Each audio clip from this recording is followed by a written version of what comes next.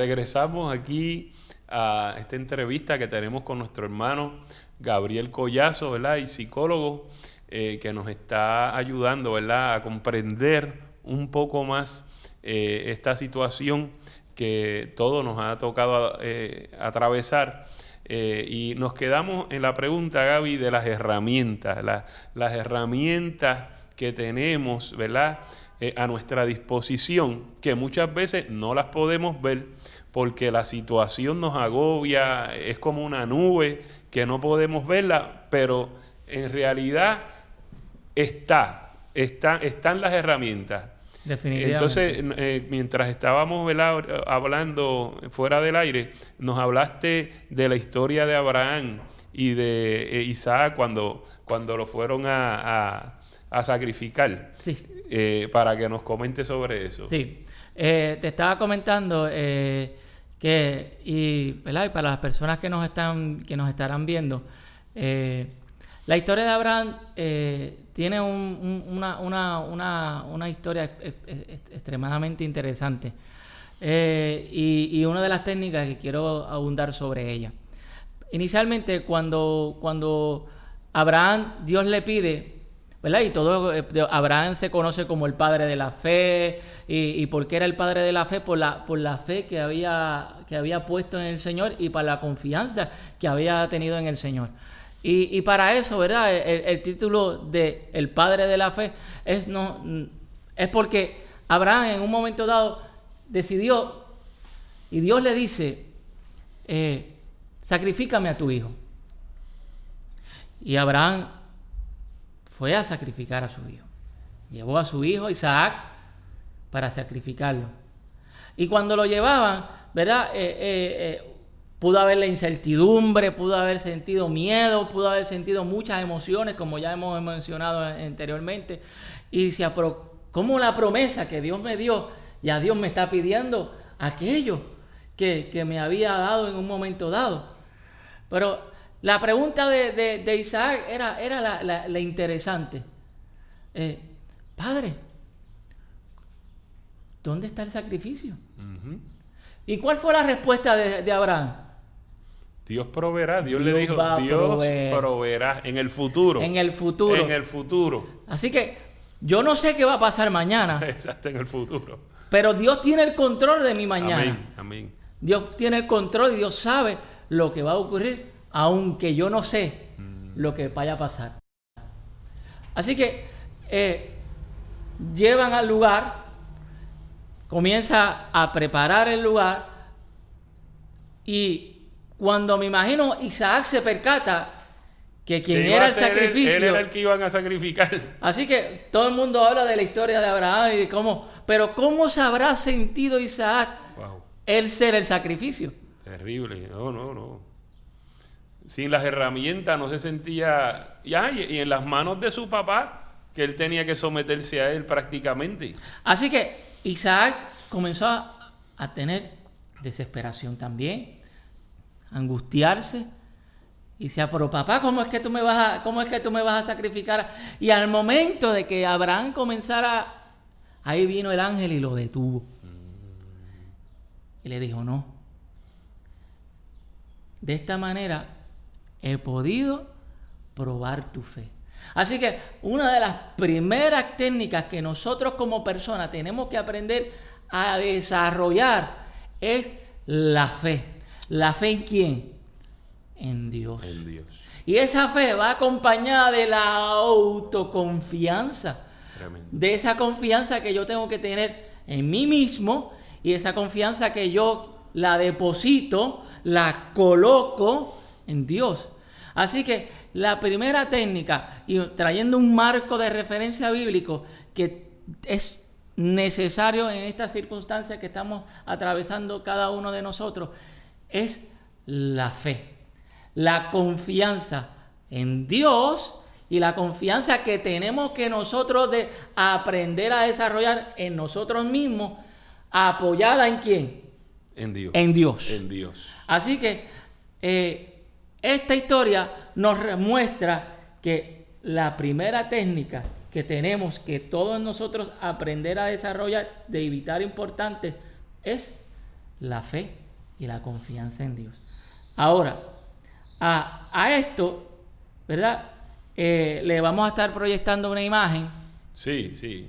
Que la van a estar viendo. En esta imagen refleja la técnica o el desarrollo de lo que es la inteligencia emocional. Ahora vamos a los pensamientos, lo que tú nos habías hablado de los pensamientos. Acerca de los pensamientos, la inteligencia emocional, que incluye, ¿verdad?, una integración de lo que es mis pensamientos, mi razonamiento, mi memoria, mis emociones, mis sentimientos, mi lenguaje, mis acciones, mis actitudes y mi voluntad. Así como estipula la palabra. Amar al Señor ¿con qué? Con toda vuestra mente, con toda nuestra alma, con toda nuestra fuerza y con todo nuestro corazón. Es una totalidad integrada. Así que no es algo, yo no simplemente puedo amar a Dios con mi mente. No, necesitamos una totalidad integrada que incluye la manera en cómo yo pienso, la manera en cómo razono, que es el análisis, el entendimiento, la discriminación, cómo yo discrimino entre lo bueno, entre lo malo, entre aquello que es saludable o aquello que me hace daño. Y una de las cosas que muchos de nosotros nos está afectando es que le estamos dando más énfasis, más lugar a lo negativo o a las emociones que me hacen daño, como el miedo, la preocupación, la desesperación y la angustia, ¿verdad? Mencionando algunas de ellas. Esas emociones, ¿qué pasa? ¿Verdad? Si yo le doy más lugar y si esas emociones me controlan, pues entonces más vulnerable soy, menos control emocional tengo, sino, ¿verdad? Entre más cosas, como es como la palabra del sembrador. Si yo siembro China, voy a cosechar ¿qué? China vas a cosechar. Y si yo siembro odio vas a cosechar. Entonces, si yo una cosa no me va a dar lo contrario, es decir, si yo siembro amor no me va a dar tristeza. Por lo tanto, todo lo que sembrare el hombre, eso juntamente segará. ¿Y qué es lo que está segando el hombre? ¿Qué es lo que queremos? Que el hombre lo que ha desarrollado entre todo esto es la inseguridad, el miedo, emociones negativas, pensamientos negativos, razonamiento que dañino. Bueno, fíjate que hay un texto, ¿verdad?, en la Escritura que dice todo lo bueno, todo lo justo, todo, si hay virtud alguna, en esto pensad. O sea, que la virtud es todo lo que te conduce hacia las cosas buenas, hacia las cosas positivas. Entonces, si yo estoy viendo todo el tiempo y metiéndole a mi mente noticias negativas, pues eso es lo que voy a estar cosechando. Eso es lo que voy a estar cosechando. Eso es lo que voy a estar cosechando. Y entre una sociedad que fomenta en ciertas circunstancias lo malo o lo negativo, pues ¿qué sucede? Que ante todas estas circunstancias, ¿qué pasa? Lo malo es lo que predomina. Es lo que va a predominar. Por lo tanto, como bien dice, hay que entonces comenzar a desarrollar esa inteligencia emocional mediante primero el pensamiento, ¿verdad? Y el pensamiento es, en palabras simples, son oraciones en silencio que se construyen bajo ideas, bajo estructura, como por ejemplo, eso es una silla. El pensamiento, alguien te enseñó que eso era una silla y tenía unas propiedades y tiene unas características. Si yo te digo, piensa en una silla, ya tu pensamiento, aunque no lo esté viendo, le voy a hacer las cuatro patas a la genera silla. La imagen mental. Y entonces comienza a proporcionar en ese pensamiento la forma, la descripción, su funcionalidad. ¿Para qué sirve? ¿Cuál es su utilidad? Y entonces, si ese pensamiento está cargado de contenido negativo, pues el resultado va a ser ¿qué? Negativo. ¿Verdad? Y como dice en la Escritura, ¿verdad? Para poder hacer o mejorar ese pensamiento, como dice Isaías 26:3, tú guardarás en completa paz, en completa paz, aquel cuyo pensamiento en ti persevera, porque en ti ha confiado. ¿Y cuál sería el pensamiento que tendría que perdurar para que tenga esa paz? Un pensamiento que autorregulado. Que más adelante voy a hablar un poquito sobre eso, sobre las técnicas también. Un pensamiento autorregulado es ese pensamiento que yo tengo que aprender a identificar. Lo primero es saber qué me causa o qué circunstancias son las que me causan lo que me está provocando ¿verdad?